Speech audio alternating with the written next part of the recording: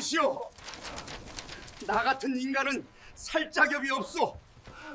나는 애비도 아니오. 손전등 불빛이 강물 위를 훑고 지나가는 순간 리철수는 본능적으로 몸을 낮췄고 차갑게 식은 권총 손잡이가 손바닥에 닿는 느낌이 생생했습니다. 북한 경비병의 목소리가 강 건너편에서 들려왔고 그 소리는 바람을 타고 이쪽까지 선명하게 전해져서 리철수의 심장은 터질 듯 뛰었습니다. 배를 모는 중국인 밀수꾼이 작게 중국어로 욕을 내뱉었고 노를 젓는 속도가 빨라졌지만 배는 생각보다 느리게 움직였고 손전등 불빛은 점점 가까워지고 있었습니다. 리철수는 권총의 안전장치를 풀었습니다.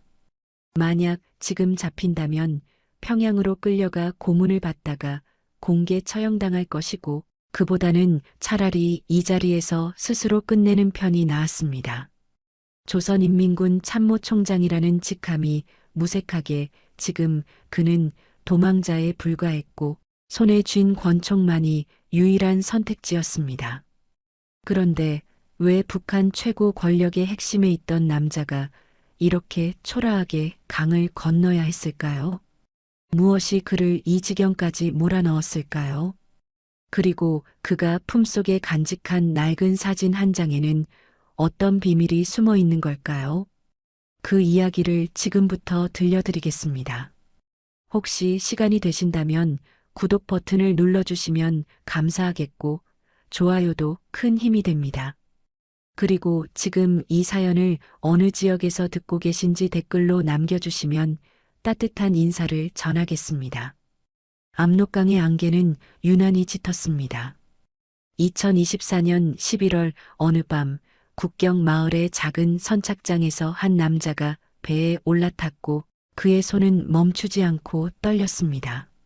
리철수는 평양에서 가져온 군복을 벗어던지고 중국에서 밀반입된 낡은 민간인 옷을 입었지만 몸에서는 여전히 권력의 냄새가 났습니다. 밀수꾼은 그를 한번 훑어보더니 말없이 노를 저었고 배는 조용히 강 한가운데로 나아갔습니다. 리철수는 뒤를 돌아보았습니다. 북한 땅이 어둠 속에서 점점 멀어지고 있었고 저 너머 어딘가에는 자신을 찾는 보위부 요원들이 벌써 움직이고 있을 것이었습니다. 가만히 있어요. 움직이지 마. 밀수꾼이 낮은 목소리로 경고했고 리철수는 숨을 죽였습니다. 북한 쪽 강변에서 불빛이 움직이기 시작했고 경비병들의 순찰이 시작된 것이었습니다. 리철수는 심장 소리가 너무 커서 상대편까지 들릴 것만 같았고 입술을 깨물어 신음이 새어나오지 않게 했습니다. 배는 천천히, 너무나 천천히 강물을 가르고 있었고 손전등 불빛이 수면을 따라 이쪽으로 접근하고 있었습니다. 리철수는 주머니 속 권총을 만졌습니다. 작은 소련제 권총이었고 참모총장이 된 날 김정은이 직접 하사한 물건이었습니다. 이것으로 당을 지키시오라는 말과 함께 건네받았던 그 권총이 지금은 자신을 지키는 마지막 수단이 되었습니다. 손전등 불빛이 점점 가까워졌고 경비병의 목소리가 들렸습니다. 저기 뭔가 움직이는 것 같은데. 리철수의 손가락이 방아쇠에 걸렸습니다. 밀수꾼은 노를 멈추지 않았고 오히려 속도를 높였지만 배의 움직임은 여전히 느렸습니다. 손전등 불빛이 배를 향해 정확히 조준되는 순간 리철수는 눈을 감았습니다. 이제 끝이구나. 그런데 갑자기 다른 쪽에서 고함 소리가 들렸고 손전등 불빛이 급하게 방향을 틀었습니다. 어떤 동물이 강변을 지나가는 것을 본 다른 경비병이 소리를 지른 것이었고 불빛은 리철수의 배에서 멀어졌습니다. 밀수꾼이 작게 중얼거렸습니다. 운 좋네. 리철수는 권총을 도로 주머니에 넣었지만 손은 여전히 떨렸습니다. 배는 계속 나아갔고 북한 땅은 점점 멀어졌습니다. 30분쯤 지났을까 밀수꾼이 말했습니다. 다 왔어요. 저기가 중국이에요. 어둠 속에서 중국 쪽 강변이 보였고 리철수는 처음으로 긴 숨을 내쉬었습니다. 배가 강변에 닿았고 밀수꾼이 밧줄을 던졌습니다.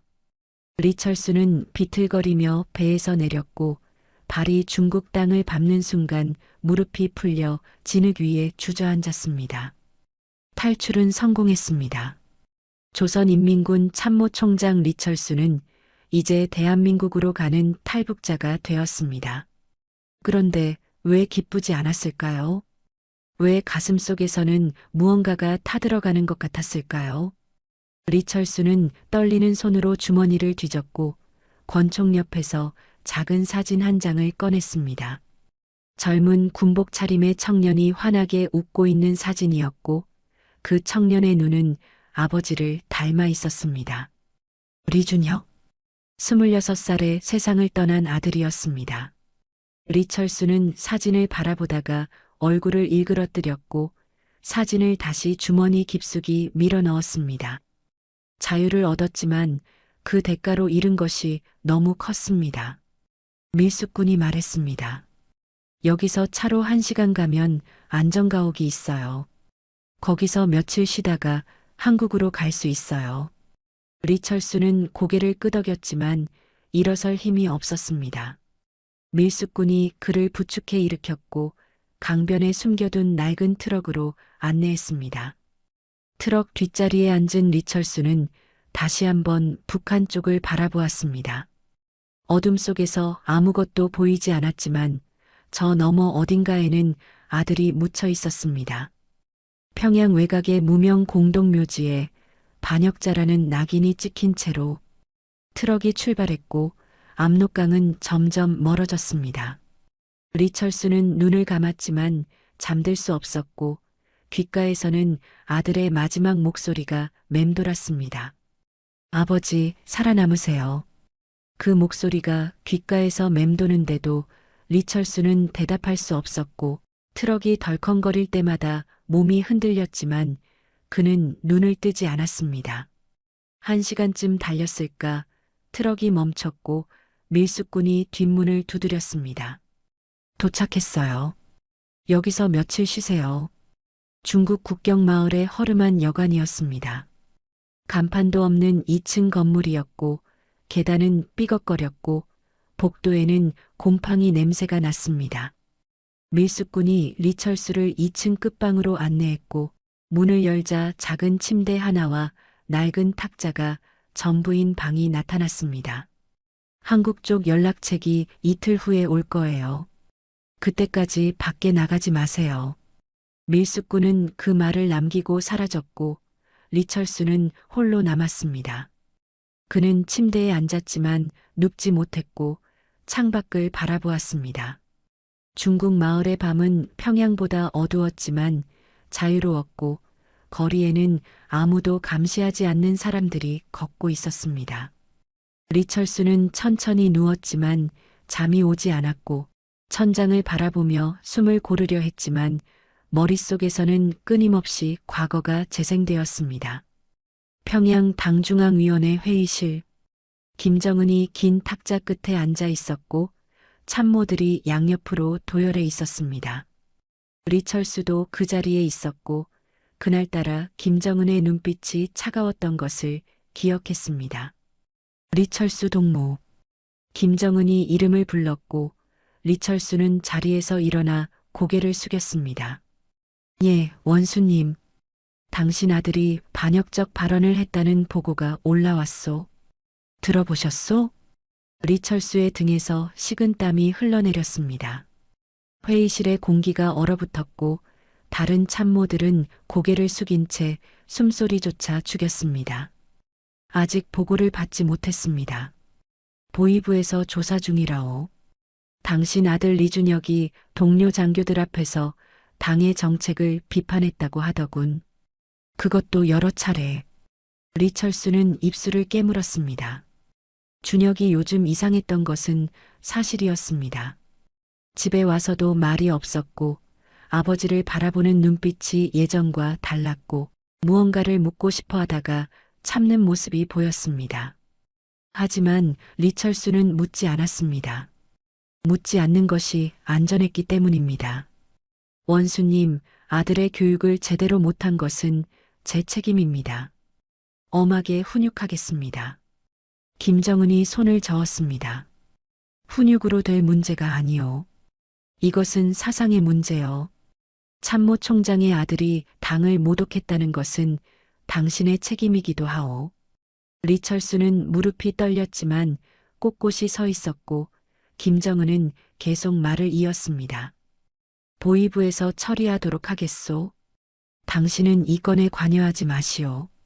그 말의 의미를 리철수는 알았습니다. 아들을 구하려 하지 말라는 것이었고 만약 구하려 한다면 자신도 함께 숙청당할 것이었습니다. 회의가 끝나고 리철수는 화장실로 달려가 토했습니다. 아무것도 나오지 않았지만 몸이 계속 경련했고 거울 속의 자신은 이미 죽은 사람 같았습니다. 여관방의 침대에서 리철수는 눈을 떴습니다. 회상이 너무 선명해서 지금 이곳이 중국인지 평양인지 헷갈렸고 손으로 얼굴을 감싸고 깊게 숨을 들이마셨습니다. 창밖에서는 중국어가 들렸고 누군가 웃는 소리가 들렸습니다. 리철수는 침대에서 일어나 창가로 갔고 커튼을 살짝 젖혔습니다. 아래 거리에서는 중국인 가족이 걷고 있었습니다. 아버지가 어린 딸을 어깨에 태우고 걸었고 딸은 깔깔 웃었고 어머니는 옆에서 미소를 지었습니다. 평범한 풍경이었지만 리철수에게는 낯설었습니다. 북한에서는 거리를 걸을 때도 항상 누군가 지켜보고 있었고 웃음도 조심스러웠고 모든 것이 통제되었습니다. 하지만 저 가족은 자유로웠고 아무도 감시하지 않았고 그저 행복해 보였습니다. 리철수는 커튼을 다시 닫았습니다. 자유. 그토록 원했던 것인데 왜 이렇게 무거웠을까요? 평양에서는 바쁜 일상이 생각을 막아주었고 회의와 보고와 지시가 끊임없이 이어져서 멈춰 설 시간이 없었습니다. 하지만 이곳에서는 침묵만이 있었고 그 침묵 속에서 모든 것이 떠올랐습니다. 리철수는 다시 침대에 누웠고 눈을 감았습니다. 그런데 어둠 속에서 또 다른 장면이 펼쳐졌습니다. 보위부 지하 신문실. 리준혁이 의자에 묶여 있었고 얼굴은 구타로 멍들어 있었습니다. 보위부 요원이 리철수 옆에 서서 말했습니다. 참모총장 동무 아드님의 죄는 명백합니다. 반당반혁명 사상을 품고 동료들을 선동했습니다. 리철수는 아들을 바라봤지만 아들은 고개를 들지 않았습니다. 동무의 입장도 이해합니다만 당의 원칙은 명확합니다. 가족이라도 예외는 없습니다. 리철수는 입을 열려 했지만 목소리가 나오지 않았고 보위부 요원은 서류 한 장을 내밀었습니다. 처형 명령서에 서명하셔야 합니다. 참모총장께서 직접 하셔야 합니다. 리철수는 그날을 기억했습니다. 손이 떨려서 붓을 잡을 수 없었고 보위부 요원은 기다렸고 시간은 멈춘 것 같았습니다. 리철수는 침대에서 벌떡 일어났습니다. 온몸이 땀으로 젖어 있었고 심장이 미친 듯이 뛰었습니다. 그는 물컵을 찾았지만 손이 떨려서 물을 쏟았고 바닥에 물이 흩어졌습니다. 창밖을 보니 이미 새벽이었고 중국 마을은 조용했습니다. 이틀이 지났습니다. 한국 쪽 연락책이 왔고 리철수는 가짜 여권을 받았습니다. 중국인 사업가 신분이었고 베이징을 거쳐 제3국으로 간 다음 한국으로 들어갈 계획이었습니다. 연락책이 말했습니다. 서울에 도착하면 국정원에서 모든 것을 처리해 줄 겁니다. 걱정하지 마세요. 리철수는 고개를 끄덕였지만 걱정되는 것은 절차가 아니었습니다. 그가 두려워하는 것은 자유였고 자유가 가져올 기억이었고 그 기억 속에서 마주해야 할 자신이었습니다. 비행기를 타기 전 밤 리철수는 다시 악몽을 꾸었습니다. 이번에는 아들이 총살당하는 장면이었고 총성이 울렸고 아들이 쓰러졌습니다. 그런데 쓰러진 아들이 천천히 고개를 돌려 리철수를 바라봤고 입술이 움직였습니다. 아버지, 왜요? 리철수는 비명을 지르며 깨어났고 방은 텅 비어 있었고 창밖에는 중국의 새벽이 밝아오고 있었습니다. 그로부터 사흘 후 리철수는 서울에 도착했습니다. 인천공항에서 내리는 순간 국정원 요원들이 조용히 그를 안내했고 일반 승객들의 시선을 피해 별도 통로로 빠져나갔습니다. 검은색 승용차가 기다리고 있었고 리철수는 뒷좌석에 앉았지만 어디로 가는지 묻지 않았습니다. 차는 서울 시내를 벗어나 외곽으로 향했고 1시간쯤 달린 끝에 숲으로 둘러싸인 건물 앞에 멈췄습니다. 여기서 당분간 머무시게 될 겁니다. 요원이 말했고 리철수는 고개를 끄덕였습니다. 건물은 겉보기에는 평범한 연수원 같았지만 곳곳에 보안 카메라가 있었고 출입구마다 경비가 서 있었습니다. 리철수가 안내받은 방은 3층 끝이었고 문을 열자 깨끗한 호텔 객실 같은 공간이 나타났습니다. 침대도 있었고 책상도 있었고 창문으로는 숲이 보였습니다. 하지만 문은 밖에서 잠기는 소리가 났고 리철수는 이곳이 보호시설인 동시에 감시시설이라는 것을 알았습니다. 그는 창가로 가서 밖을 바라봤습니다. 11월 말에 서울 외곽은 쓸쓸했고 나뭇가지에는 잎이 거의 남아있지 않았고 바람이 불 때마다 마지막 잎들이 떨어졌습니다. 리철수는 유리창에 손을 댔고 차가운 느낌이 손바닥에 전해졌습니다. 평양도 이맘때쯤이면 추웠을 것이고 아들의 무덤에도 눈이 내렸을까요? 노크 소리가 들렸습니다. 리철수는 창에서 물러났고 문이 열렸습니다. 30대 후반으로 보이는 남자가 들어왔고 정장 차림이었지만 넥타이는 매지 않았고 손에는 노트북 가방을 들고 있었습니다. 안녕하십니까, 장군님. 저는 국정원 북한팀 김성훈 조사관입니다. 남자가 공손하게 인사했고 리철수는 고개를 끄덕였습니다. 김성훈은 차분한 목소리를 가졌지만 눈빛은 날카로웠고 리철수는 이 사람이 만만한 상대가 아니라는 것을 직감했습니다. 앉으시지요. 김성훈이 의자를 권했고 리철수는 책상 앞에 앉았습니다. 김성훈은 맞은편에 앉아 노트북을 펼쳤고 몇 가지 서류를 꺼냈습니다. 먼저 편안하게 계셔도 됩니다. 이곳은 안전하고 장군님의 신변은 철저히 보호받고 계십니다. 고맙습니다. 리철수의 목소리는 낮았고 김성훈은 그를 잠시 관찰하다가 질문을 시작했습니다. 북한군 내부 파벌 구조에 대해 여쭙고 싶습니다. 현재 군부에서 가장 영향력이 큰 인물은 누구입니까? 리철수는 천천히 대답했습니다. 총정치국장 박정천입니다. 김정은의 최측근이고 군부 내 모든 인사를 장악하고 있습니다. 김성훈이 노트북에 뭔가를 입력했고 다음 질문을 이었습니다. 핵무기 배치 현황은 어떻습니까? 최근 이동식 발사대가 증가했다는 정보가 있는데요. 맞습니다. 작년부터 이동식 발사대를 평안북도와 함경남도에 분산 배치했습니다. 고정기지는 미국 위성에 노출되기 때문에 이동식으로 전환하는 중입니다. 김성훈의 질문은 계속되었고 리철수는 모든 질문에 성실히 답했습니다. 군부의 지휘체계, 미사일 개발 현황, 김정은의 최근 동향, 중국과의 군사 협력 내용.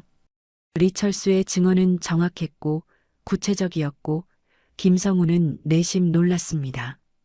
참모총장급의 탈북은 정말 대어였고 이 정보들은 한국 정보기관에 엄청난 가치가 있었습니다.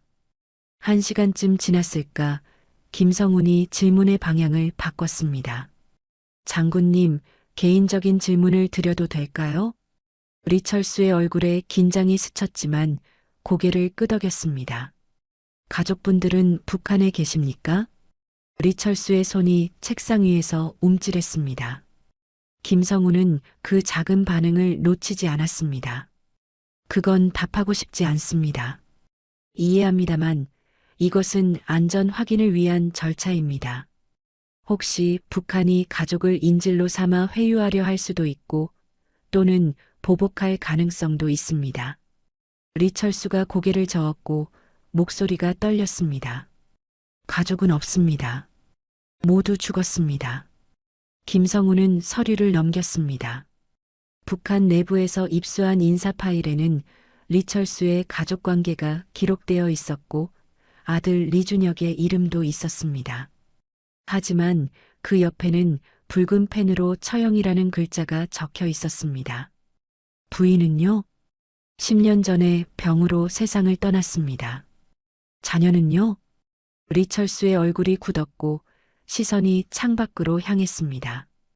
김성우는 기다렸지만 대답이 없었고 침묵이 조사실에 흘렀습니다. 리철수의 손이 주먹을 쥐었고 손등의 핏줄이 붉어졌습니다. 장군님? 김성훈이 다시 불렀지만 리철수는 여전히 창밖만 바라봤고 그의 눈에는 뭔가가 어려 있었습니다. 김성훈은 더 이상 묻지 않기로 했습니다. 뭔가 깊은 상처가 있다는 것이 느껴졌고 그것을 지금 건드리는 것은 좋지 않았습니다. 오늘은 여기까지 하겠습니다. 푹 쉬십시오. 김성훈이 노트북을 닫고 일어섰고 리철수는 여전히 창밖만 바라봤습니다. 김성훈이 문 쪽으로 가다가 돌아서서 말했습니다. 장군님, 이곳은 안전합니다. 어떤 것도 두려워하지 않으셔도 됩니다. 리철수가 천천히 고개를 돌렸고 김성훈을 바라봤습니다. 그의 눈빛에는 감사함이 아니라 공포가 어려 있었고 김성훈은 그 눈빛을 보며 생각했습니다. 이 사람이 두려워하는 것은 북한이 아니라 다른 무언가구나. 문이 닫히고 리철수는 혼자 남았습니다. 그는 다시 창가로 갔고 숲을 바라봤습니다. 바람이 불었고 마지막 남은 잎들이 떨어졌고 나뭇가지만 앙상하게 남았습니다. 리철수는 주머니에서 사진을 꺼냈고 아들의 얼굴을 바라봤습니다. 준혁아, 아빠는 지금 안전한 곳에 있어. 하지만 왜 이렇게 무서운지 모르겠구나. 사진 속 아들은 여전히 환하게 웃고 있었지만 리철수의 눈에서는 눈물이 흘러내렸습니다. 그날 밤 리철수는 침대에 누웠지만 잠들 수 없었습니다. 천장의 작은 얼룩을 바라보다가 눈을 감았고 다시 뜨기를 반복했습니다. 시계를 보니 자정이 넘었고 복도는 조용했고 가끔 경비원의 발소리만 들렸습니다. 리철수는 옆으로 누웠고 눈을 감았고 천천히 숨을 고르려 했습니다. 그리고 언제 잠들었는지 모르게 어둠 속으로 빠져들었습니다. 평양 외곽의 총사령 집행장이었습니다. 겨울비가 차갑게 내리고 있었고 하늘은 잿빛이었고 공기는 얼어붙은 것처럼 차가웠습니다. 군인들이 일렬로 섰고 그들의 손에는 소총이 들려 있었고 총구는 앞을 향하고 있었습니다. 집행장 중앙에는 나무 기둥이 서 있었고 그 기둥에는 눈가리개를 한 죄수가 묶여 있었습니다. 죄수는 군복을 입고 있었지만 계급장은 떼어져 있었고 비에 젖은 옷이 몸에 달라붙어 있었습니다. 리철수는 관람석에 앉아 있었습니다. 당의 명령이었습니다. 참모총장은 반역자의 처형을 직접 확인해야 한다고, 그래야 군기가 바로 선다고 했습니다. 리철수의 옆에는 보위부 간부가 앉아 있었고 그 옆에는 다른 고위 장교들이 앉아 있었습니다. 모두 무표정했고 비를 맞으면서도 움직이지 않았습니다. 집행지휘관이 앞으로 나왔고 손을 들어 신호했습니다. 군인들이 총을 들어 올렸고 총구가 죄수를 겨냥했습니다. 리철수는 눈을 감고 싶었지만 감을 수 없었습니다.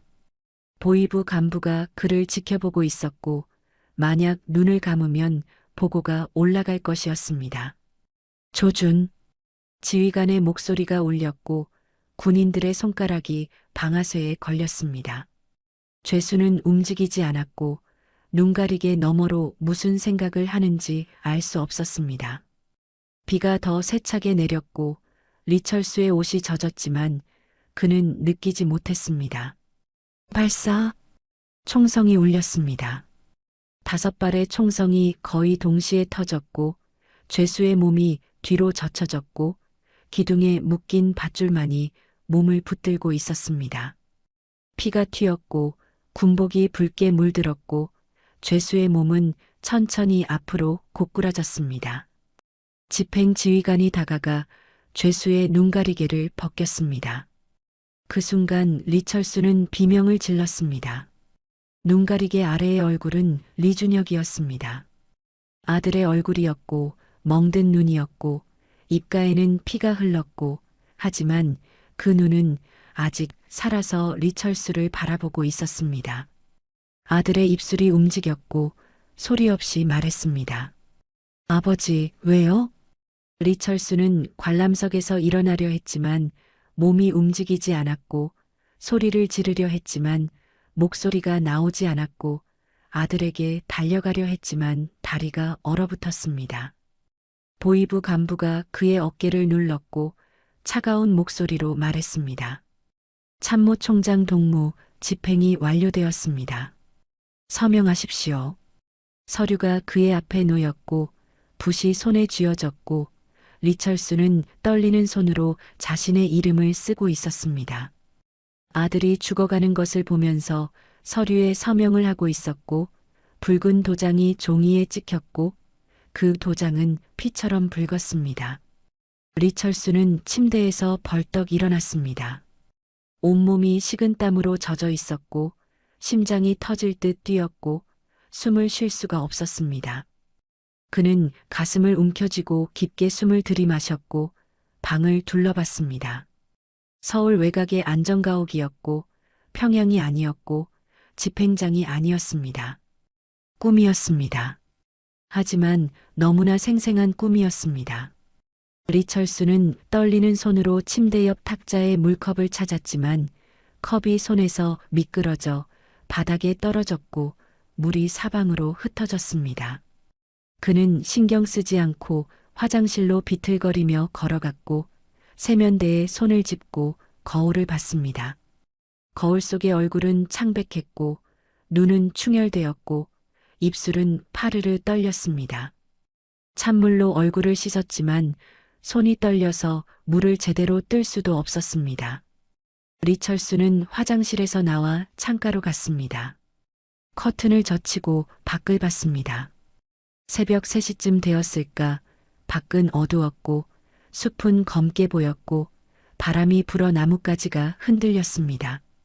그런데 어둠 속에서 무언가가 보였습니다. 리철수는 눈을 비볐습니다. 착각이겠지 하고 생각했지만 그것은 사라지지 않았습니다. 창밖 숲 가장자리에 누군가가 서 있었습니다. 군복을 입은 청년이었고 똑바로 서서 이쪽을 바라보고 있었습니다.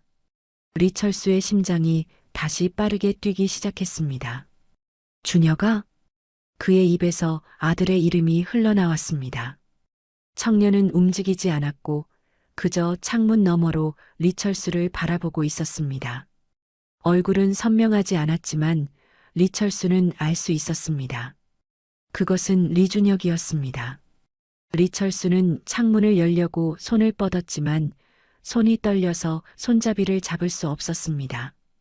간신히 창문을 조금 열었고 차가운 바람이 방 안으로 들어왔습니다.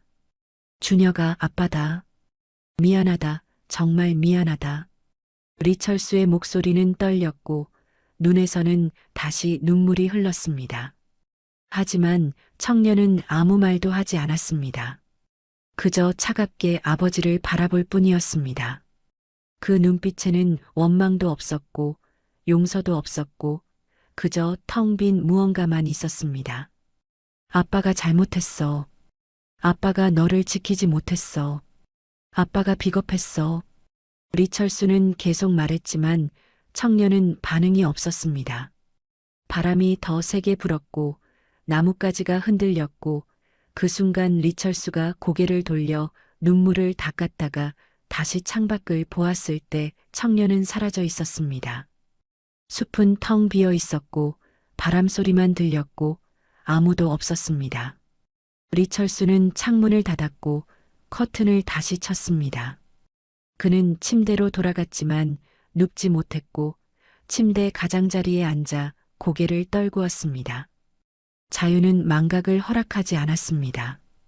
평양에서는 바쁜 일정이 생각을 막아주었고 회의와 보고가 끊임없이 이어져서 멈춰 설 시간이 없었습니다.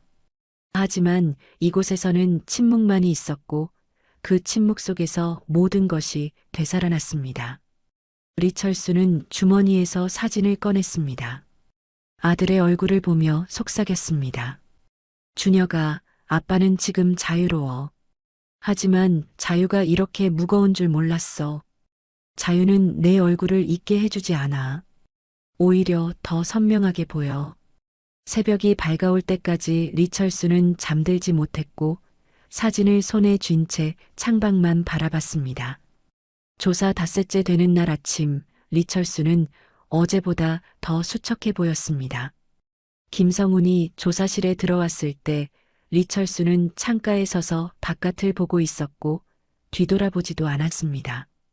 김성훈은 평소와 달리 무거운 표정이었고 손에는 낡은 서류 뭉치를 들고 있었습니다. 장군님, 앉으시지요. 김성훈의 목소리는 평소보다 조심스러웠고 리철수는 천천히 돌아서서 의자에 앉았습니다. 김성훈도 맞은편에 앉았고 서류 뭉치를 테이블 위에 내려놓았습니다. 서류를 내려놓는 소리가 조사실에 울렸고 리철수는 그 소리에 움찔했습니다.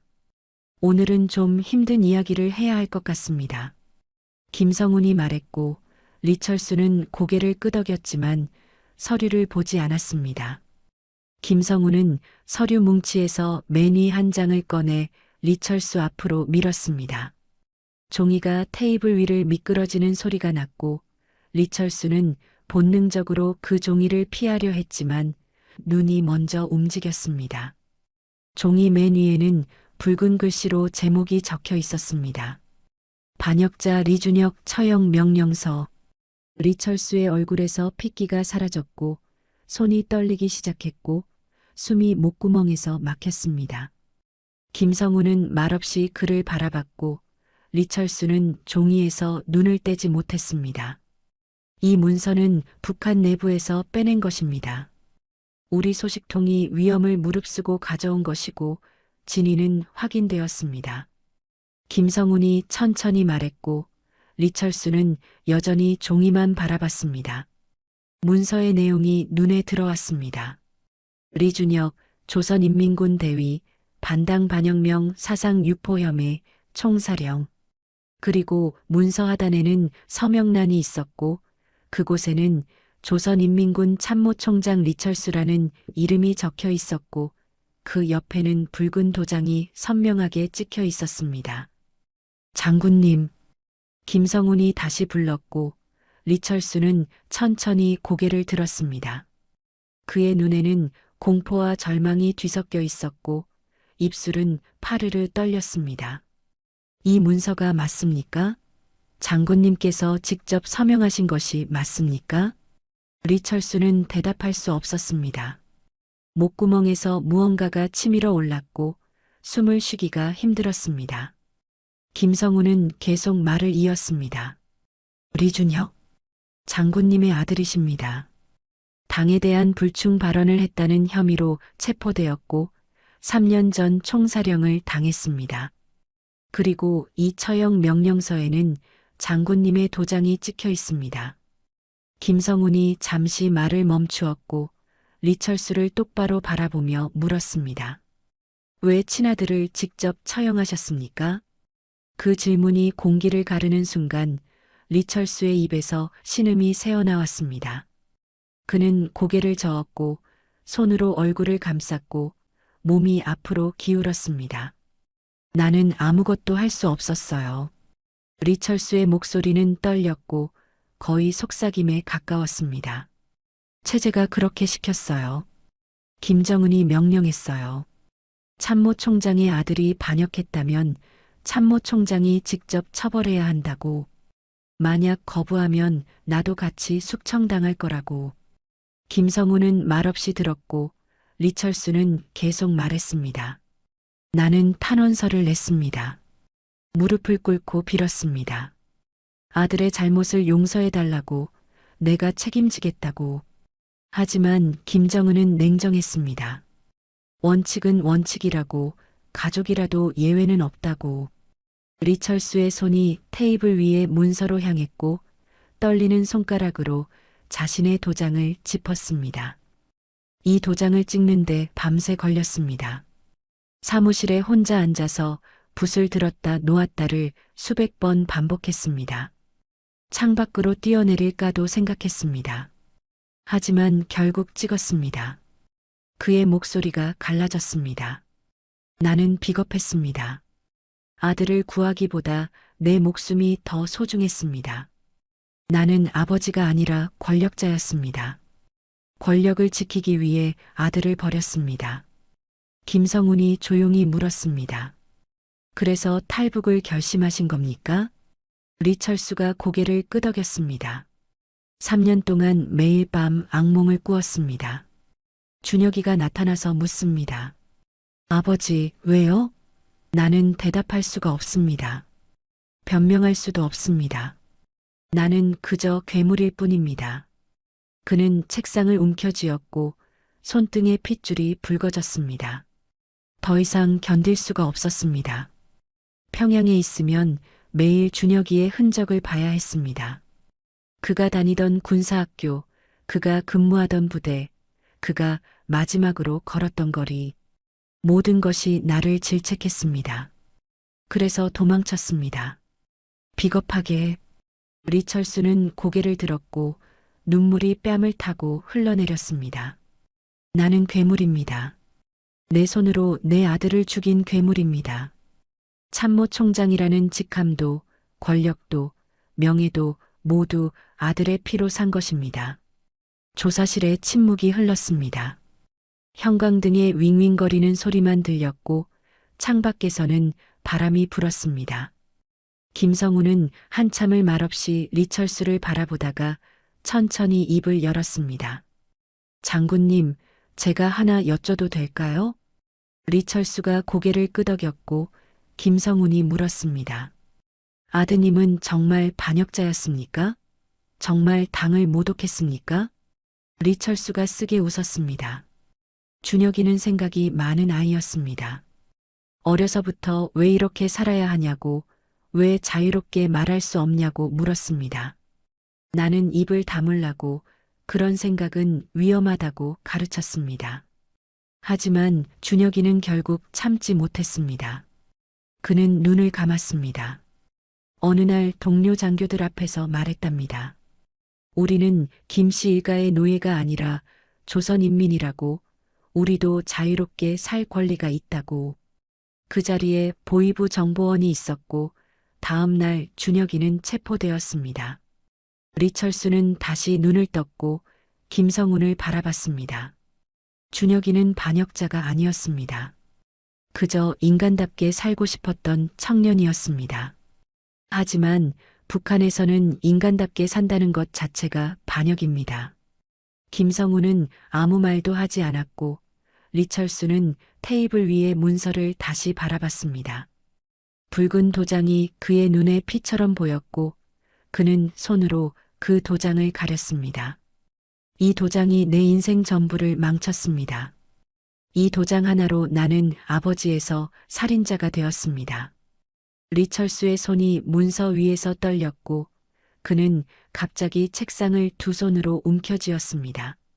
손가락에 힘이 들어가 손톱이 하얗게 질렸고 어깨가 경련하듯 떨렸습니다. 김성우는 자리에서 일어나려다가 멈췄고 조용히 리철수를 지켜봤습니다. 조사관님, 당신은 모릅니다. 리철수의 목소리는 갈라져 있었지만 힘이 실려 있었습니다. 북한이라는 곳이 어떤 곳인지, 거기서는 아버지도 아들도 형제도 없습니다. 오직 당만 있을 뿐입니다. 당이 살라고 하면 살고 당이 죽으라고 하면 죽어야 합니다. 아들이든 아버지든 상관없이. 그는 고개를 들었고 눈물이 뺨을 타고 흘러내렸지만 목소리는 더욱 단단해졌습니다. 준혁이가 체포된 날 밤 보위부에서 연락이 왔습니다. 참모총장께서 직접 오셔야 한다고. 나는 차를 타고 보위부 본부로 갔고 지하 신문실로 안내받았습니다. 복도는 길었고 형광등이 깜빡거렸고 어디선가 비명소리가 들렸습니다. 리철수는 눈을 감았고 그날의 장면이 눈앞에 펼쳐졌습니다. 보위부 지하 신문실의 철문이 열렸습니다. 작은 방이었고 중앙에는 의자가 하나 있었고 그 의자에는 리준혁이 묶여 있었습니다. 얼굴은 구타로 멍들어 있었고 입가에는 피가 말라붙어 있었고 군복은 찢겨 있었습니다. 보위부 요원이 리철수 옆에 서서 차가운 목소리로 말했습니다. 참모총장 동무 아드님의 죄는 명백합니다. 반당반혁명 사상을 품고 동료들을 선동했습니다. 증거도 충분하고 자백도 받았습니다. 리철수는 아들을 바라봤지만 아들은 고개를 들지 않았습니다. 보위부 요원이 계속 말했습니다. 동무의 입장도 이해합니다만 당의 원칙은 명확합니다. 가족이라도 예외는 없습니다. 오히려 고위 간부의 가족일수록 더 엄격해야 합니다. 그래야 다른 이들에게 본보기가 됩니다. 리철수는 입을 열었지만 목소리가 나오지 않았습니다. 보위부 요원이 서류를 내밀었습니다. 처형 명령서입니다. 참모총장께서 직접 서명하셔야 합니다. 리철수는 서류를 받지 않았고 아들만 바라봤습니다. 보위부 요원이 말했습니다. 마지막으로 할 말이 있으시면 하십시오. 리철수는 한 걸음 앞으로 나갔습니다. 준혁이 천천히 고개를 들었고 멍든 눈으로 아버지를 바라봤습니다. 리철수는 떨리는 목소리로 물었습니다. 준혁아, 정말 그런 말을 했니? 당을 비판했니? 준혁이 작게 웃었습니다. 입술이 터져 피가 새어나왔지만 그는 웃고 있었습니다. 네, 아버지. 했습니다. 우리는 김씨 일가의 노예가 아니라고, 우리도 자유롭게 살 권리가 있다고 말했습니다. 리철수의 가슴이 무너져 내렸습니다. 준혁이 계속 말했습니다. 아버지, 저는 아버지를 원망하지 않습니다. 그 말에 리철수는 눈을 감았습니다. 준혁의 목소리가 이어졌습니다. 아버지도 이 체제의 노예일 뿐이라는 걸 압니다. 참모총장이라는 직함도 권력도 모두 당이 주신 것이고 당이 빼앗으면 하루아침에 사라질 것들입니다. 아버지는 평생 이 체제를 위해 사셨습니다. 리철수는 고개를 들었고 아들을 바라봤습니다. 준혁이 말했습니다.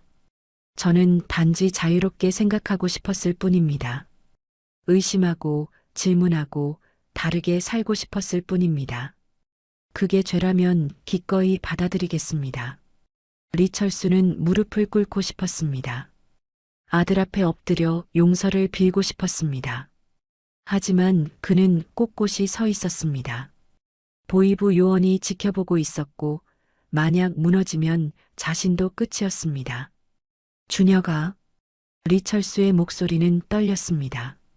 아빠가 미안하다. 준혁이 고개를 저었습니다. 아버지, 미안해하지 마세요. 아버지도 선택의 여지가 없으니까요. 저는 압니다. 만약 아버지가 저를 변호하면 아버지도 함께 죽는다는 것을. 그러니 살아남으세요. 그리고 언젠가 자유로워지세요. 보위부 요원이 서류를 리철수에게 다시 내밀었습니다. 참모총장 동무, 시간이 없습니다. 서명하십시오. 리철수는 서류를 받았습니다. 손이 떨려서 종이가 흔들렸습니다. 준혁이 마지막으로 말했습니다. 아버지, 부디 살아남으세요. 그게 제가 아버지께 드릴 수 있는 마지막 선물입니다. 조사실에서 리철수는 눈을 떴고 김성훈을 바라봤습니다. 그날 밤 나는 사무실로 돌아왔습니다. 처형 명령서를 책상 위에 놓고 붓을 들었습니다. 하지만 손이 떨려서 글자를 쓸 수가 없었습니다. 리철수의 목소리가 흔들렸습니다. 창밖은 어두웠고 평양의 밤은 조용했습니다.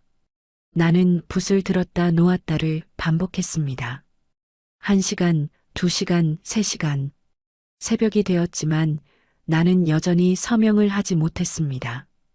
그는 손으로 얼굴을 감쌌습니다. 하지만 결국 했습니다. 해가 뜨기 전에 붓을 들고 내 이름을 썼습니다. 리철수.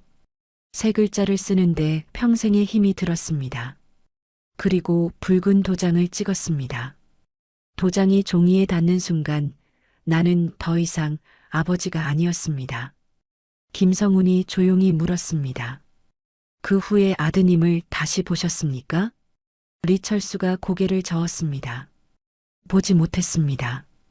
일주일 후 처형 통보가 왔고 집행은 이미 완료되었다고 했습니다.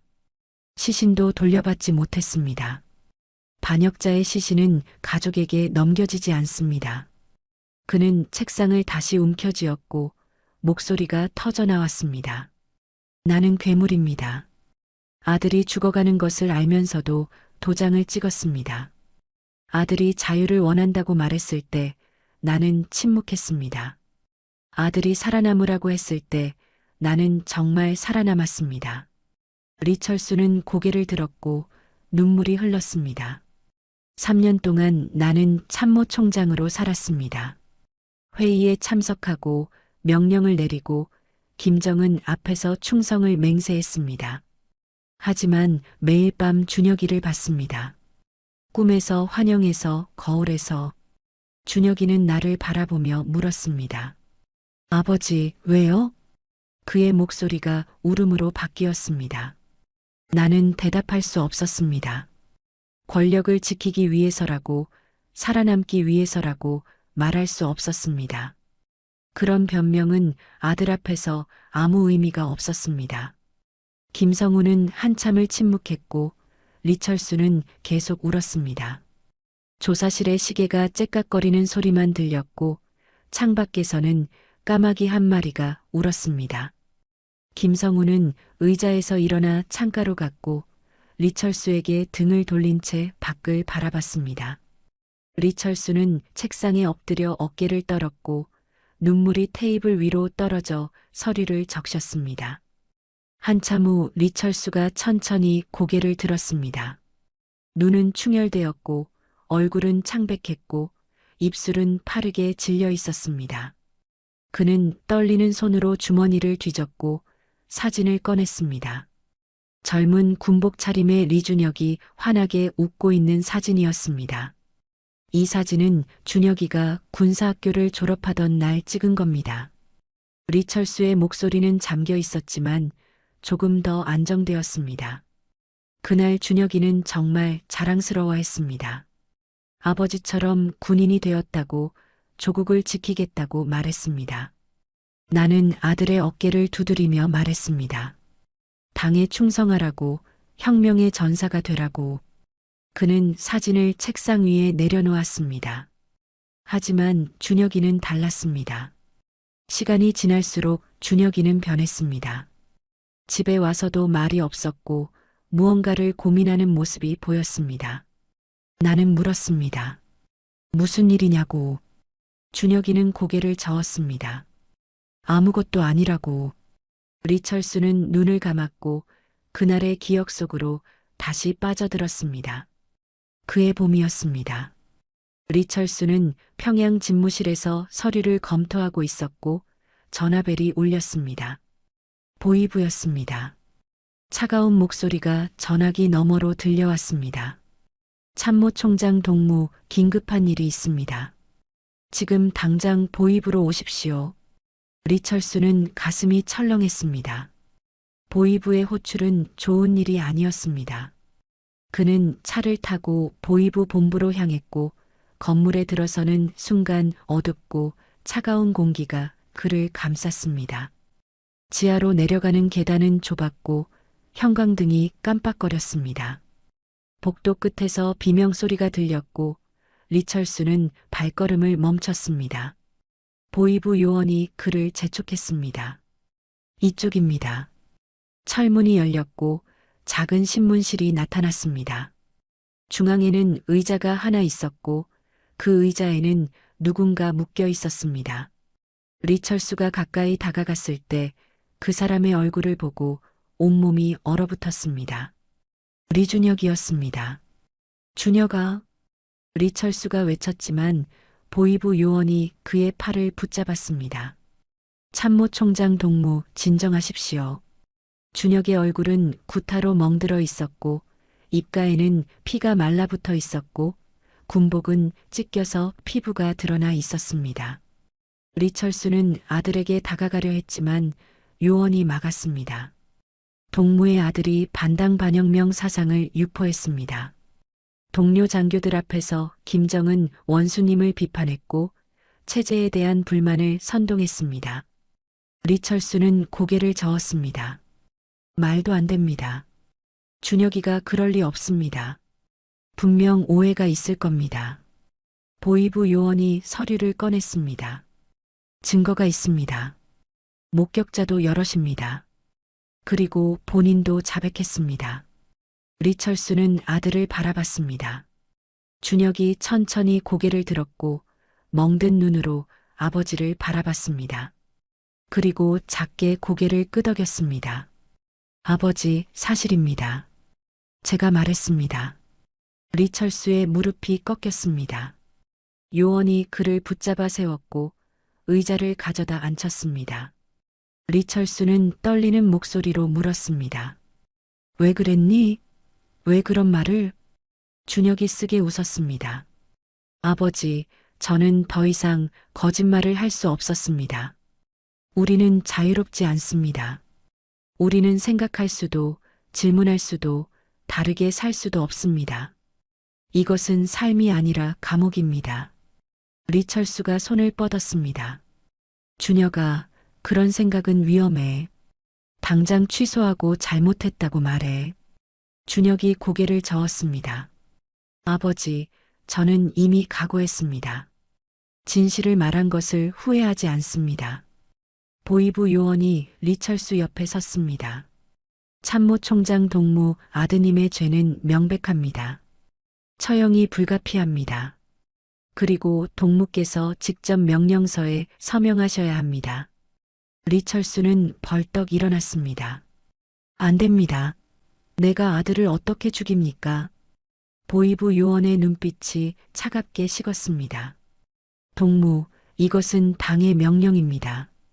만약 거부하시면 동무도 함께 처리됩니다. 참모총장의 자리도 박탈되고 가문 전체가 숙청될 것입니다. 리철수는 주저앉았습니다. 준혁이 조용히 말했습니다. 아버지, 괜찮습니다. 저는 각오했습니다. 준혁아, 안 돼. 아빠가 뭔가 방법을 찾을게.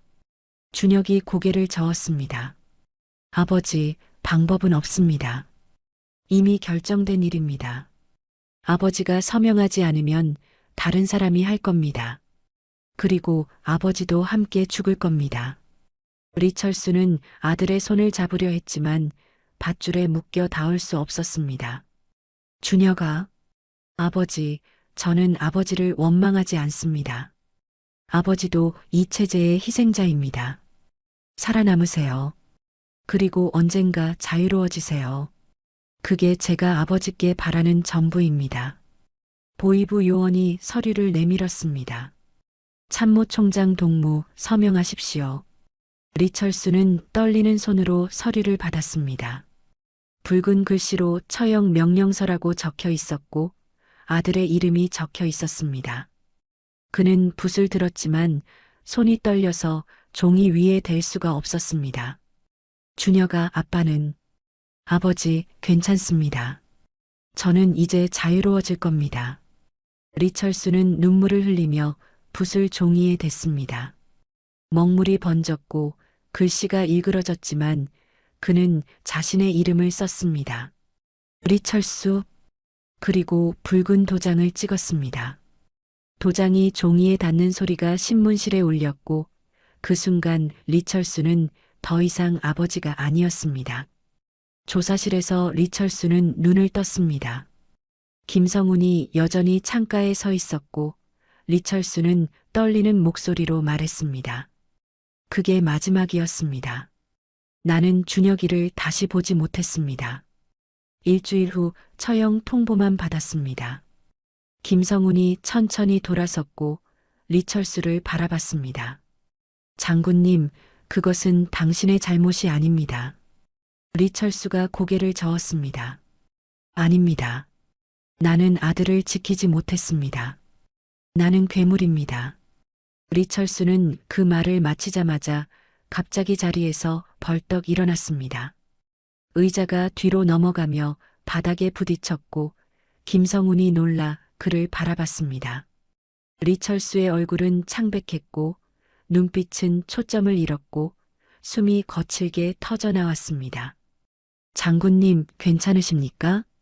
김성훈이 다가가려 했지만 리철수는 비틀거리며 뒤로 물러났고 창문 쪽으로 걸어갔습니다. 그의 걸음은 불안정했고 손은 떨렸고 마치 꿈속을 걷는 사람처럼 보였습니다. 김성훈은 뭔가 이상함을 느꼈고 천천히 리철수를 따라갔습니다. 장군님, 앉으시지요. 오늘은 여기까지만 하겠습니다. 하지만 리철수는 듣지 않았습니다. 그는 창문 앞에 섰고 유리창 너머로 밖을 바라봤습니다. 3층 높이였고 아래로는 콘크리트 바닥이 보였고 만약 떨어진다면 살아남을 수 없을 것이었습니다. 리철수의 손이 천천히 창문 손잡이로 향했습니다. 장군님. 김성훈이 다급히 외쳤지만 리철수는 손잡이를 잡았습니다. 김성훈이 달려갔지만 리철수는 이미 창문을 열고 있었습니다. 차가운 바람이 조사실 안으로 밀려 들어왔고 서류들이 날렸고 리철수는 창문 밖을 내다봤습니다. 무슨 짓을 하시려는 겁니까? 김성훈이 소리쳤고 문 쪽으로 뛰어가며 복도에 외쳤습니다. 경비, 당장 여기로. 복도에서 발소리가 들렸고 문이 벌컥 열리며 2명의 요원이 뛰어들어왔습니다. 리철수는 창틀에 손을 짚고 몸을 창밖으로 내밀려 했고 김성훈과 요원들이 동시에 그에게 달려들었습니다. 김성훈이 리철수의 허리를 붙잡았고 요원들이 양팔을 잡았지만 리철수는 미친 듯이 몸부림쳤습니다. 놓으세요. 나를 놓으라고요. 리철수의 목소리는 비명에 가까웠고 그는 창문에 매달리려 했지만 세 사람의 힘에 밀려 뒤로 끌려왔습니다. 요원들이 그를 바닥으로 눕히려 했지만 리철수는 계속 저항했고 발로 바닥을 차며 소리쳤습니다. 놔줘요. 나 같은 인간은 살 자격이 없어요. 김성훈이 리철수의 어깨를 눌렀고 요원들이 팔을 붙잡았지만 리철수는 계속 몸을 뒤틀었습니다. 내 아들은 죽었는데 나만 살아있다는 게 말이 됩니까? 준혁이는 자유를 원했다고 죽었는데 나는 비겁하게 살아남았어요. 리철수의 목소리가 갈라졌고 눈에서는 눈물이 쏟아졌습니다. 나는 아들을 죽인 살인자예요. 내 손으로 도장을 찍었어요. 나 같은 인간이 무슨 자격으로 자유를 누립니까? 요원들이 간신히 그를 바닥에 눕혔고 리철수는 더 이상 저항하지 않았습니다. 몸에서 힘이 빠졌고 그는 바닥에 엎드린 채 흐느끼기 시작했습니다. 김성훈이 요원들에게 손짓했고 요원들은 조용히 물러났습니다. 창문은 여전히 열려 있었고 바람이 들어와 커튼을 흔들었고 조사실에는 리철수의 울음소리만 메아리 쳤습니다. 준혁아, 아빠가 미안하다. 리철수는 바닥에 엎드린 채 중얼거렸고 손으로 바닥을 긁었습니다. 아빠가 너를 지키지 못했어. 아빠가 너를 죽였어. 아빠가 비겁했어. 그의 어깨가 경련하듯 떨렸고 눈물이 바닥에 떨어져 작은 웅덩이를 만들었습니다. 김성우는 요원들을 밖으로 내보내고 천천히 무릎을 꿇어 리철수 옆에 앉았습니다. 한참을 말없이 리철수의 등을 바라보다가 조용히 말했습니다. 장군님, 당신은 살아야 합니다. 리철수는 대답하지 않았고 계속 울기만 했습니다. 김성훈이 계속 말했습니다. 그게 준혁 씨가 원한 것입니다. 준혁 씨는 장군님이 살아남기를 원했습니다. 리철수가 고개를 들었고 눈물로 범벅이 된 얼굴로 김성훈을 바라봤습니다. 그게 무슨 위로가 됩니까? 아들이 죽어가면서 아버지는 살라고 했다는 게 위로가 됩니까? 김성훈은 잠시 망설이다가 말했습니다. 위로가 아닙니다. 사실입니다. 준혁 씨는 장군님이 살아서 자유로워지기를 원했습니다. 그게 준혁 씨의 마지막 소원이었습니다. 리철수가 고개를 저었습니다. 나는 자유로워질 자격이 없습니다. 나는 아들의 피로 이 자유를 샀습니다. 김성훈이 천천히 말했습니다. 장군님, 제가 하나 여쭤도 될까요? 리철수는 대답 대신 바닥을 바라봤습니다. 김성훈이 계속했습니다. 만약 장군님이 서명을 거부했다면 어떻게 되었을까요? 리철수가 떨리는 목소리로 대답했습니다. 나도 함께 숙청당했을 겁니다. 그러면 준혁 씨는 살았을까요? 리철수가 고개를 저었습니다. 아니요. 다른 사람이 서명했을 겁니다. 김성훈이 조용히 말했습니다. 그렇다면 장군님이 서명을 거부했어도 준혁 씨는 죽었을 겁니다. 다만 장군님도 함께 죽었을 뿐이고 리철수는 바닥을 움켜쥐었습니다. 그게 옳은 일이었습니다. 아들과 함께 죽는 것이 김성훈이 고개를 저었습니다. 준혁 씨는 그렇게 생각하지 않았습니다. 준혁 씨는 장군님이 살아남기를 원했습니다. 그것이 준혁 씨가 장군님께 드릴 수 있는 마지막 선물이라고 했습니다. 리철수의 울음이 다시 터져 나왔습니다. 왜 아들이 아버지에게 선물을 줘야 합니까?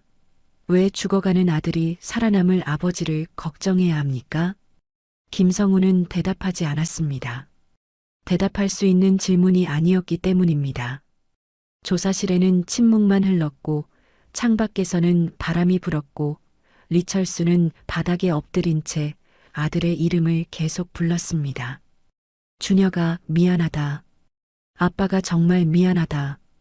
김성우는 한참을 그렇게 앉아 있다가 천천히 일어났습니다. 창문을 닫았고 리철수에게 담요를 가져다 덮어주었고 조용히 조사실을 나갔습니다. 문을 닫으며 복도의 요원에게 말했습니다. 24시간 감시하세요. 절대 혼자 두지 마세요.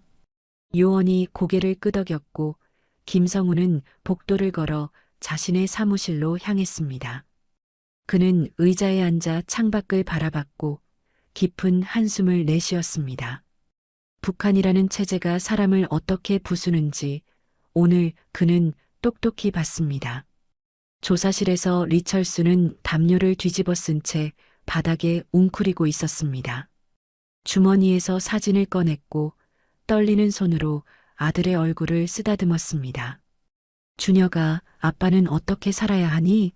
내가 없는 이 자유를 어떻게 누려야 하니? 사진 속 아들은 여전히 환하게 웃고 있었지만 대답은 들리지 않았습니다. 다음 날 아침 김성훈이 다시 조사실로 왔을 때 리철수는 창가에 서 있었습니다. 밤새 잠을 자지 못한 것이 분명했고 눈밑은 검게 그늘져 있었고 얼굴은 더욱 수척해 보였습니다. 김성훈은 문을 닫고 천천히 리철수에게 다가갔습니다. 장군님, 어젯밤 주무셨습니까? 리철수는 대답 대신 창밖만 바라봤습니다. 12월의 서울 외곽은 쓸쓸했고 나무들은 잎을 모두 떨구었고 회색빛 하늘이 낮게 드리워져 있었습니다. 김성우는 의자를 꺼내 앉았고 리철수는 여전히 서 있었습니다. 장군님, 앉으시지요. 오늘은 조사가 아닙니다. 그저 이야기를 하고 싶습니다. 리철수가 천천히 돌아섰고 의자로 걸어와 앉았습니다. 그의 움직임은 느렸고 마치 온몸의 무게가 2배로 늘어난 것처럼 보였습니다. 김성우는 잠시 그를 바라보다가 조심스럽게 입을 열었습니다. 장군님, 제가 어젯밤 많은 생각을 했습니다.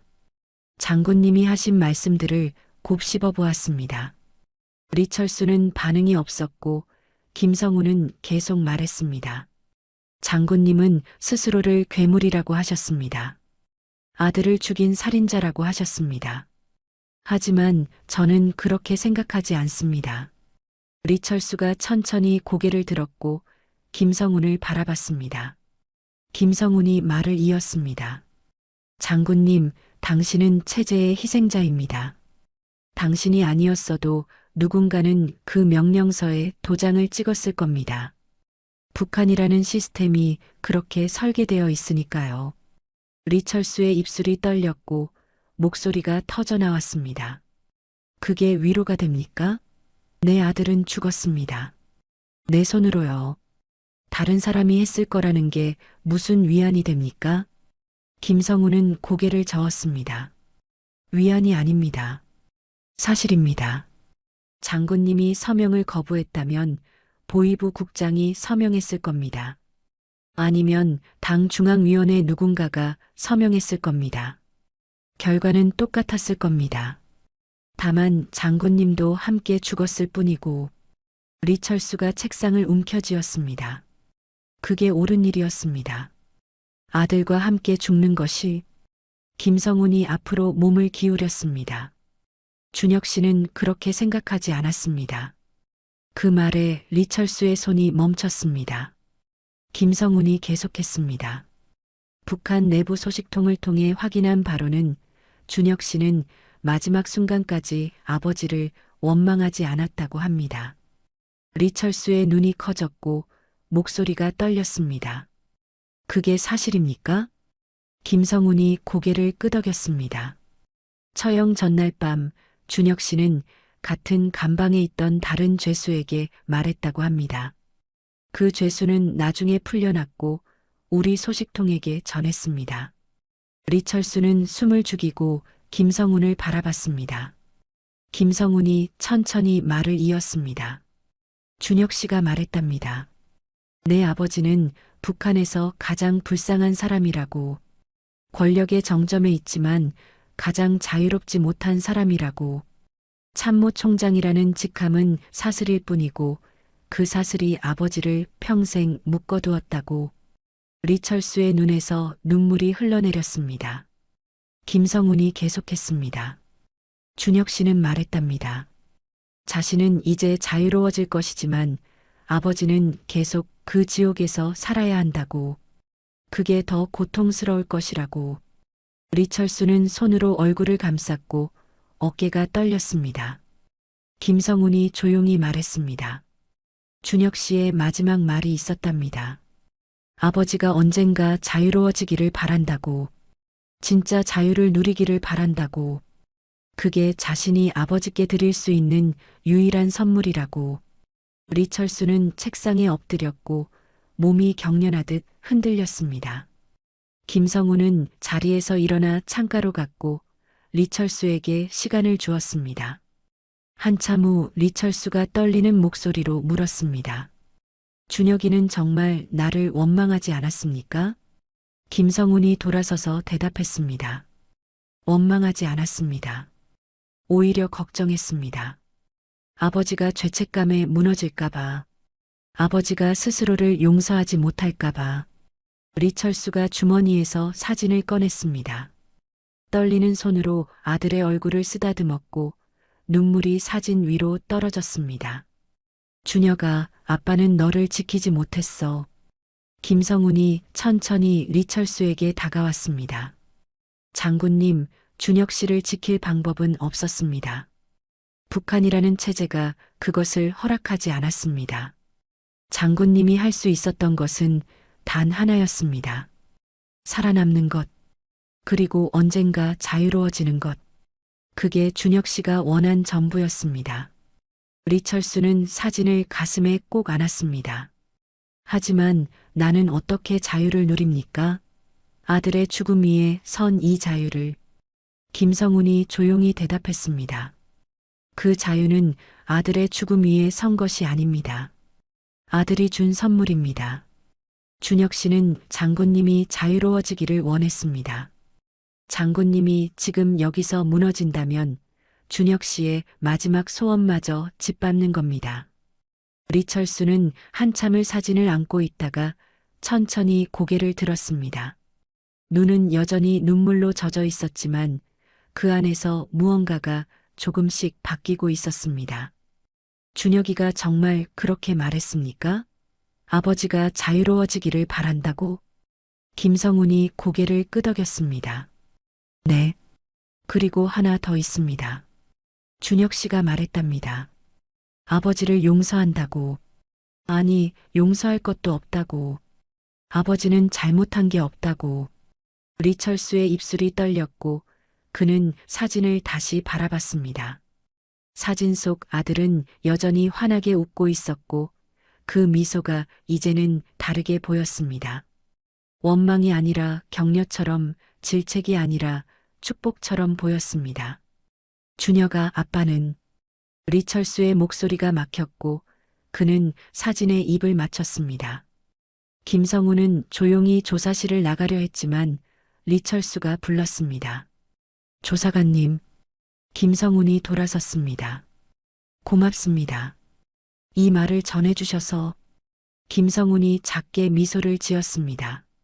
장군님, 살아주십시오. 그게 준혁 씨가 원한 것입니다.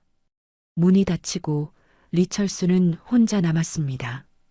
그는 사진을 가슴에 안고 창밖을 바라봤습니다. 회색빛 하늘이었지만 어제보다는 조금 밝아 보였습니다.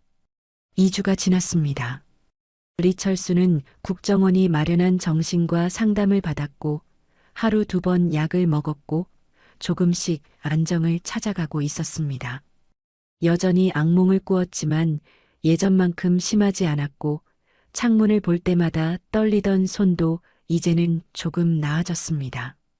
처음 며칠은 침대에서 일어날 수조차 없었고 밥을 먹지 못해 링거를 맞았고 말을 하지 않아 의사들이 걱정했습니다. 하지만 시간이 지나며 조금씩 변화가 일어났습니다.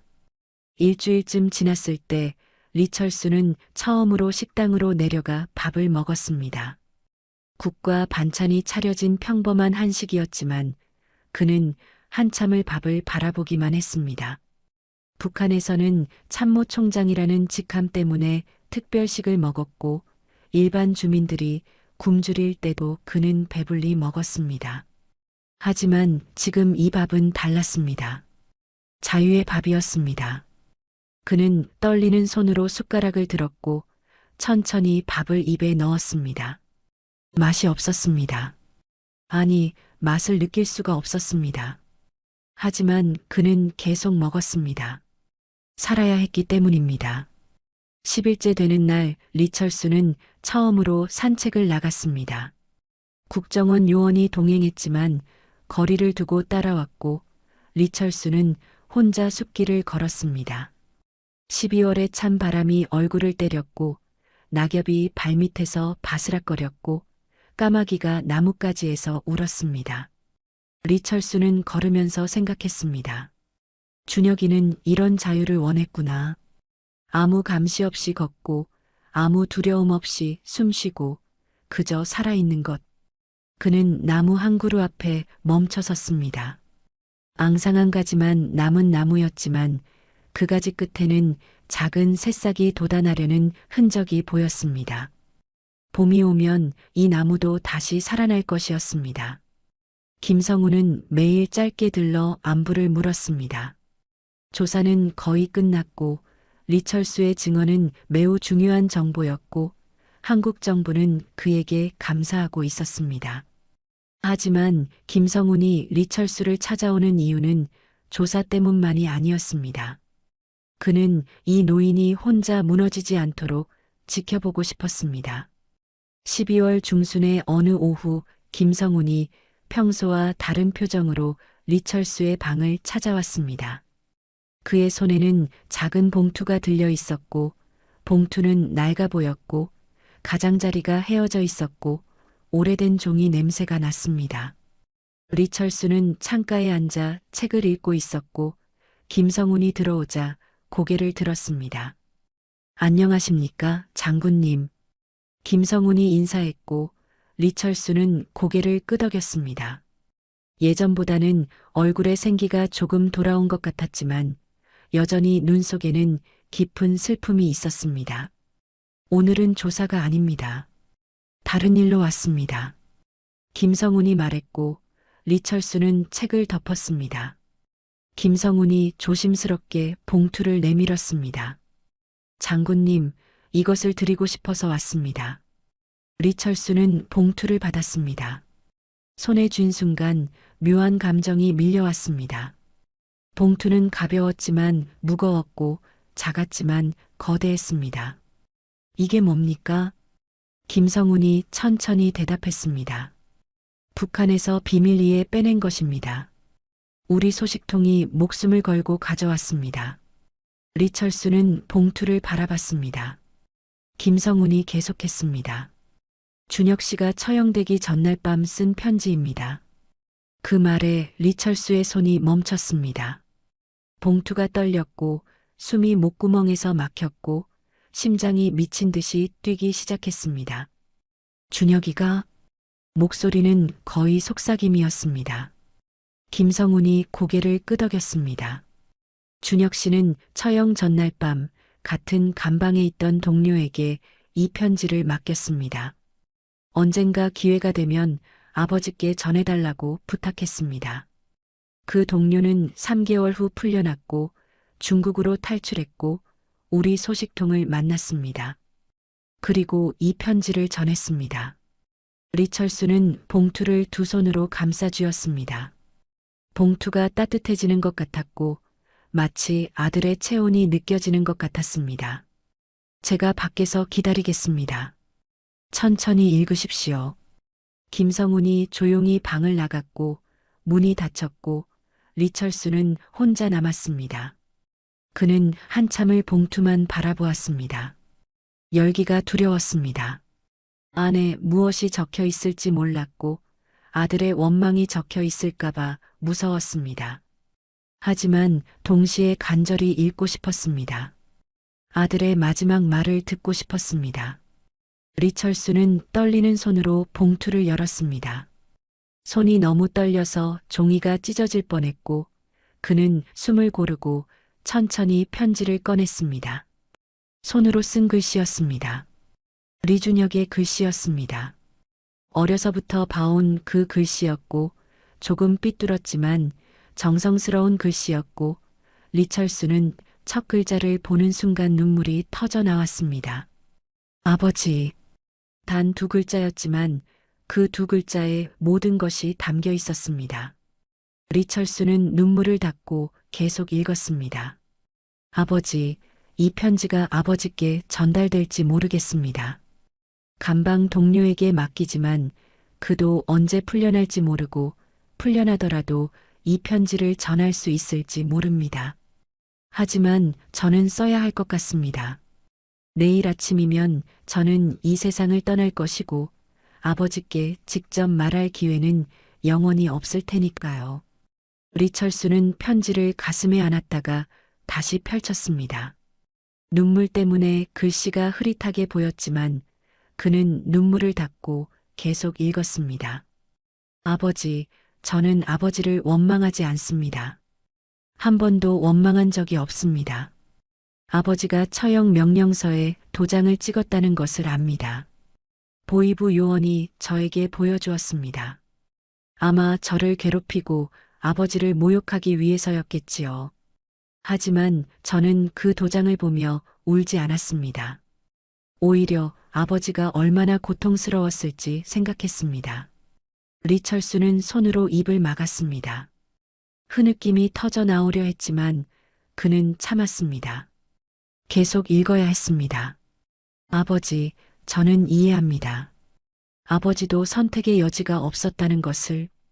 만약 아버지가 서명을 거부했다면 아버지도 함께 죽었을 것입니다. 하지만 그래도 저는 죽었을 것입니다. 누군가 다른 사람이 서명했을 것이고 결과는 똑같았을 것입니다. 아버지는 살아남았습니다. 그게 옳은 일이었습니다. 리철수는 고개를 저었습니다. 옳은 일이 아니었습니다. 아들을 버리고 살아남는 것이 어떻게 옳은 일일 수 있습니까? 하지만 준혁은 그렇게 말하고 있었습니다. 아버지는 평생 북한이라는 감옥에서 사셨습니다. 참모총장이라는 직함은 자랑이 아니라 사슬이었습니다. 그 사슬이 아버지를 묶었고 아버지는 한 번도 자유롭지 못하셨습니다. 저는 그것이 슬펐습니다. 어려서부터 봤습니다. 아버지가 집에 오시면 피곤한 얼굴로 소파에 앉아 계신 모습을, 아버지가 깊은 한숨을 쉬시는 모습을, 아버지가 밤늦게까지 서류를 보시며 무언가를 고민하시는 모습을 리철수는 편지를 읽으며 기억했습니다. 준혁이 어렸을 때 자신의 서재로 몰래 들어와 책상 밑에 숨어 있던 모습을, 자신이 일하는 동안 조용히 그림을 그리고 있던 모습을, 그 작은 아이가 아버지의 고통을 보고 있었구나. 권력의 정점에 계신 아버지가 사실은 가장 불쌍한 사람이라는 것을 저는 알았습니다. 당도 피할 수 없고 김정은도 피할 수 없고 체제도 피할 수 없었습니다. 아버지는 명령을 따라야 했고 의심해서는 안 되었고 질문해서는 안 되었습니다. 그게 얼마나 답답하셨을까요? 리철수는 편지를 내려놓고 창밖을 바라봤습니다. 아들은 모든 것을 알고 있었습니다. 자신이 숨기려 했던 모든 것을. 눈물이 멈추지 않았지만 그는 다시 편지를 들었습니다. 제가 당을 비판한 말을 했을 때 저는 각오했습니다. 이것이 제 마지막이 될 것이라는 것을. 하지만 후회하지 않습니다. 저는 진실을 말했고 그것으로 만족합니다. 제가 바라는 것은 단 하나입니다. 언젠가 아버지가 자유로워지는 것입니다. 리철수의 손이 떨렸습니다. 진짜 자유요, 아버지. 당도 김정은도 계급도 없는 곳에서 아버지가 그냥 한 사람으로 살아가는 것입니다. 밤하늘의 별을 보며 자유롭게 생각하고 아무 두려움 없이 웃고 누군가를 사랑할 수 있는 그런 삶을 사시는 것입니다. 아침에 일어나 오늘 무엇을 할지 스스로 정하고 책을 읽고 싶으면 읽고 산책하고 싶으면 산책하고 가저 평범하게 사시는 것입니다. 리철수는 편지를 가슴에 안았습니다. 준혁이 원한 것은 이것이었구나. 거창한 것이 아니라 그저 평범한 자유. 리철수는 울면서 계속 읽었습니다. 아버지, 부디 살아남으세요. 그리고 자유로워지세요. 북한을 떠나세요. 기회가 온다면 망설이지 마세요. 그게 제가 아버지께 드릴 수 있는 마지막 선물입니다. 저는 내일 총살당하지만 그것으로 자유로워질 겁니다. 더 이상 감시받지 않고 더 이상 두려워하지 않고 영원히 평화로울 겁니다. 하지만 아버지는 계속 살아가셔야 합니다. 그리고 언젠가 진짜 자유를 누리셔야 합니다. 리철수는 소리내어 울었습니다. 방 안의 울음소리가 메아리 쳤지만 그는 개의치 않았습니다. 아버지, 저를 용서하지 마세요. 용서할 것이 없으니까요. 저는 제 선택을 후회하지 않습니다. 대신 아버지 자신을 용서하세요. 아버지는 잘못한 게 없습니다. 아버지는 체제의 희생자일 뿐입니다. 도장을 찍은 것도 저를 지키지 못한 것도 아버지 잘못이 아닙니다. 그러니 제발 자책하지 마세요. 리철수는 고개를 저었습니다. 어떻게 자책하지 않을 수 있습니까? 하지만 준혁은 그렇게 말하고 있었습니다. 아버지, 저는 행복했습니다.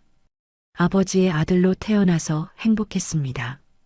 비록 북한이라는 지옥에서 살았지만 아버지가 계셨기에 버틸 수 있었습니다. 아버지가 제 머리를 쓰다듬어 주시던 것, 아버지가 제 그림을 보며 웃으시던 것, 아버지가 제 어깨를 두드리며 잘했다고 말씀하시던 것, 그 모든 것이 저에게는 빛이었습니다. 감사합니다, 아버지. 리철수는 편지를 읽다가 멈췄습니다. 눈물을 닦았습니다. 심호흡을 했습니다. 그리고 마지막 문장을 읽었습니다. 아버지, 자유로워지세요. 그리고 행복하세요. 그게 제가 가장 바라는 것입니다. 사랑합니다, 아버지. 영원히. 아버지의 아들, 리준혁 올림. 리철수는 편지를 읽고 또 읽었습니다. 한 글자 한 글자를 다시 음미했고 아들의 목소리가 들리는 것 같았고 아들이 옆에 앉아 있는 것 같았습니다. 그는 편지를 가슴에 꼭 안았습니다. 한참을 그렇게 앉아 있었습니다.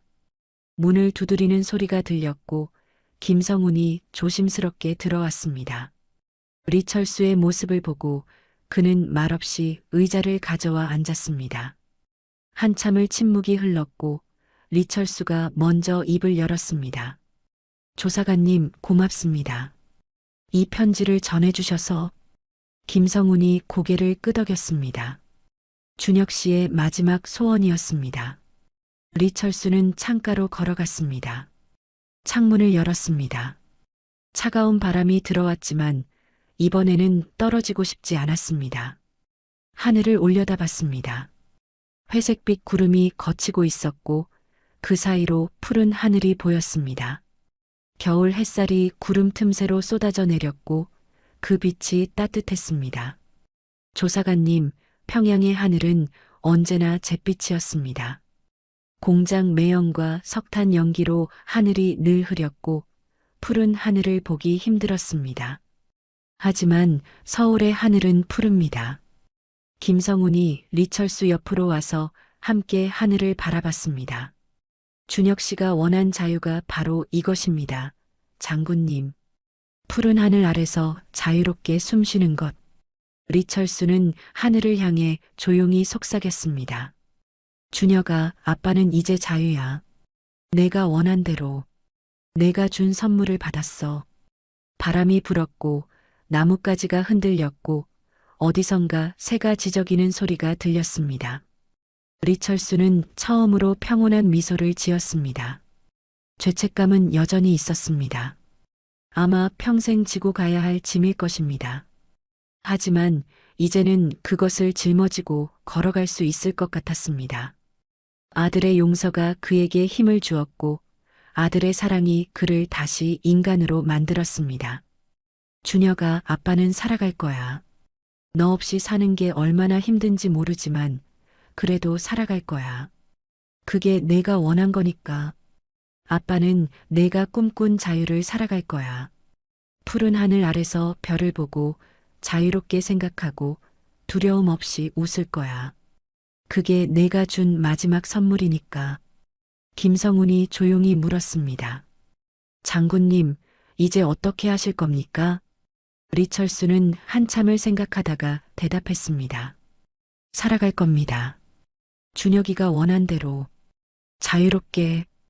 김성훈이 미소를 지었습니다. 좋은 결정이십니다. 리철수는 편지를 소중히 접어 가슴 주머니에 넣었습니다. 그리고 창밖의 푸른 하늘을 다시 한번 바라보며 깊게 숨을 들이마셨습니다. 자유의 공기였습니다. 아들이 준 선물이었습니다. 아들의 피로 산 것이 아니라 아들의 사랑으로 받은 선물이었습니다. 체제는 사람을 괴물로 만들지만 사랑은 그 괴물을 다시 인간으로 돌려놓습니다. 권력은 사람을 노예로 만들지만 용서는 그 노예를 자유롭게 합니다. 리철수는 이제 알았습니다. 진짜 자유는 체제로부터의 탈출이 아니라 죄책감으로부터의 해방이라는 것을, 그리고 그 해방은 아들이 준 사랑으로 가능했다는 것을. 오늘 들려드린 이야기는 여기까지입니다. 북한이라는 체제가 한 아버지와 아들을 어떻게 갈라놓았는지, 그리고 그 속에서도 사랑이 어떻게 살아남았는지를 보셨습니다. 리철수는 조선인민군 참모총장이었지만 체제 앞에서는 무력했습니다. 그는 권력의 정점에 있었지만 가장 자유롭지 못했고 아들을 지키지 못한 자신을 평생 용서할 수 없을 것 같았습니다. 하지만 아들 리준혁은 아버지에게 마지막 선물을 남겼습니다. 용서와 사랑의 선물이었습니다. 그 편지 한 장이 리철수를 괴물에서 다시 인간으로, 노예에서 자유인으로 만들었습니다. 준혁은 죽어가면서도 아버지를 생각했고, 아버지가 자유로워지기를 바랐고, 아버지가 행복하기를 원했습니다.